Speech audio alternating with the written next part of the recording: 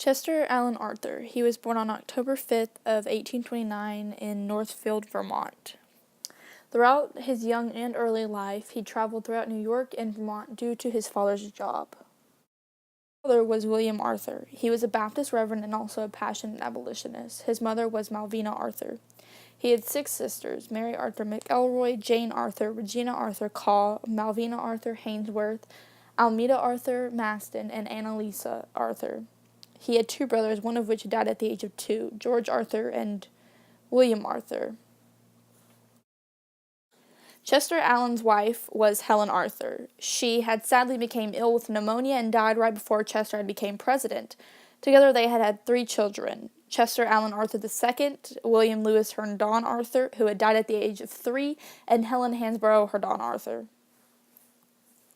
Chester Arthur had only been known for 2 major things: being a part of the New York State Militia during the late 1850s during the Civil War, and also being a very successful lawyer. President Ulysses Grant named Arthur the customs collector of the Port of New York, which later led him into being the vice president under James Garfield during the 1880 election. James Garfield was a presidential candidate running under the Republican Party during the election of 1880. Garfield specifically went for fixing political corruption. Chester Arthur was his vice president. They ran against Winfield Scott Hancock, whom was under the Democratic Party. The Republican Party won the election of 1880, with James Garfield as president and Chester Arthur as vice president. They had gotten 214 electoral votes and 48.31% of the popular vote. A quote from James Garfield's inaugural address is, "Freedom can never yield its fullness of blessings so long as the law or its administration places the smallest obstacle in the pathway of any virtuous citizen." There are many events that occurred during Arthur's presidency. For example, James Garfield died on September 19th of 1881. Then the Congress passed the Pendleton Civil Service Reform Act, which establishes a 3-man civil service commission and specifies rules for filling federal government positions according to a merit system.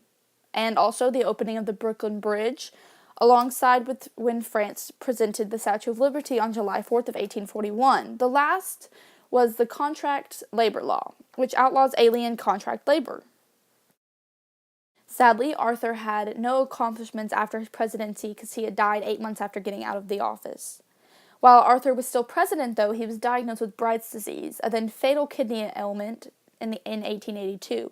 After leaving office, he attempted to resume his legal career, but he was too weak. He died on November 18th of 1886 at the age of 57 at his home with his sister and children.